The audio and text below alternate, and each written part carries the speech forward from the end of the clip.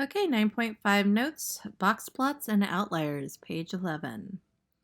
We're going to construct and interpret box plots, and we're going to calculate to determine if a value is an outlier. So a box plot looks like this. The first vertical line here is considered the minimum number, the smallest number. This is quartile 1, the median, quartile 3, and then the maximum.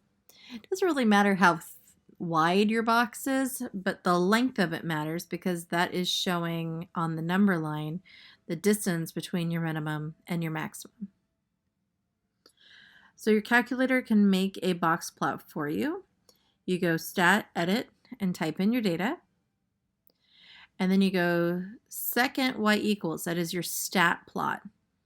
And you're going to go into number 1.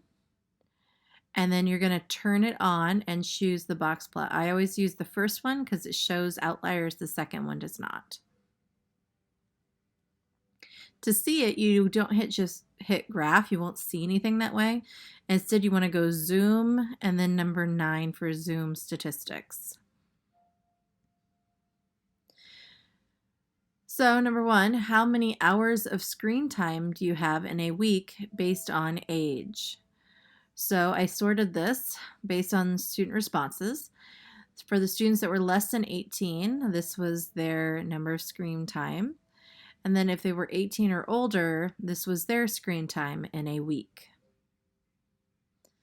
So if you type that into your calculator, I put list 1 as under 18, and this is the 18 and older group. And then once you've got them in both your lists, notice they don't have to be the same length because it's just 2 different sets of people. They don't match up. Then you can go second y equals and then go into number 1. You want to turn it on. We're not trying to make a scatter plot. We're trying to do a box plot. So choose the first one. This is a box plot of list 1. And then to view this, you go zoom number 9, your zoom statistics, zoom 9. And then it shows you this. In order to see what the numbers are, you have to hit trace, which is next to zoom, and it jumps to the median. If you arrow left, it'll go over here to where your minimum is. So notice below on the screen it says the minimum is 3. So we're going to draw a vertical line at about 3. And then you scroll right, quartile 1 is 8. And then scroll right, you have a median of 22.5. Scroll right, you have 49 as quartile 3, and then scroll right, your maximum is 56. So then we're going to connect this. So this is our little whisker, and then these are our box, and then another whisker. We have to label which one this is, so I'm going to call this the less than 18. Now we have to do on the same number line, 18 and older. So they're already in list 2. So you're going to go second y equals into stat plot, back into number 1. It's still a box plot, but we want to change it. We don't want list 1 anymore. We want it to say list 2. To get it to say list 2, you go second and then the number 2, and that'll change this to list 2. Now you want to view the graph, so you go zoom number 9. So here's the graph. It has this unusual value over here. It looks a little bit different. We're going to talk about it. Hit trace and jump down to the minimum. The minimum is 3. Then we have quartile 1 is 8. Notice those are matching up here. But our median is 20.5. Quartile 3 is 42. Then we have this number. This is not the maximum number. They just call this X on your calculator. Notice this is the next highest number. And then we have this little asterisk over here for that high value at 112. So then we connect our whisker, our box, and our whisker. So this is what the data would look like if this unusual value was not part of the data. So this is considered a modified box plot. This was the next highest number, but this is still the maximum. Notice it says on your calculator maximum. Then we need a label that this is the 18 and up group.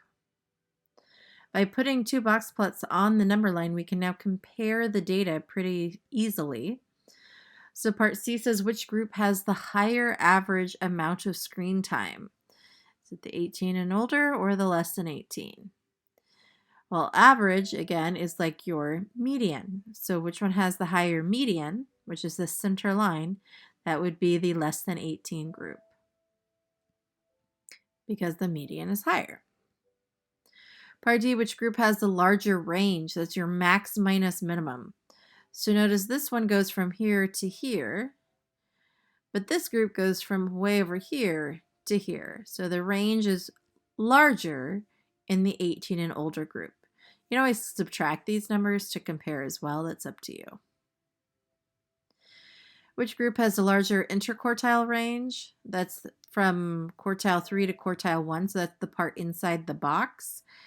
Notice the box is longer in this less than 18 group, so that one has a larger interquartile range. So how do we determine what's an outlier? How do you know if it should be an asterisk or if it should be a really long whisker? So for outliers, these are an unusually small outlier when it's a minimum outlier. We use the formula quartile 1 minus 1.5 times the IQR. This is a formula you got to memorize.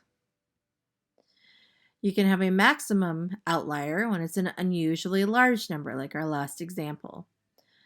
So this is quartile 3 plus 1.5 times the IQR. Anything, you're going to get a number here and here. Anything not between these two numbers is considered an outlier. So if you have a minimum outlier, it's going to have the asterisk on the left. If you have a maximum, it's going to be on the right. You can have more than one outlier. You can have some on the left and some on the right, depending on how spread out your data is.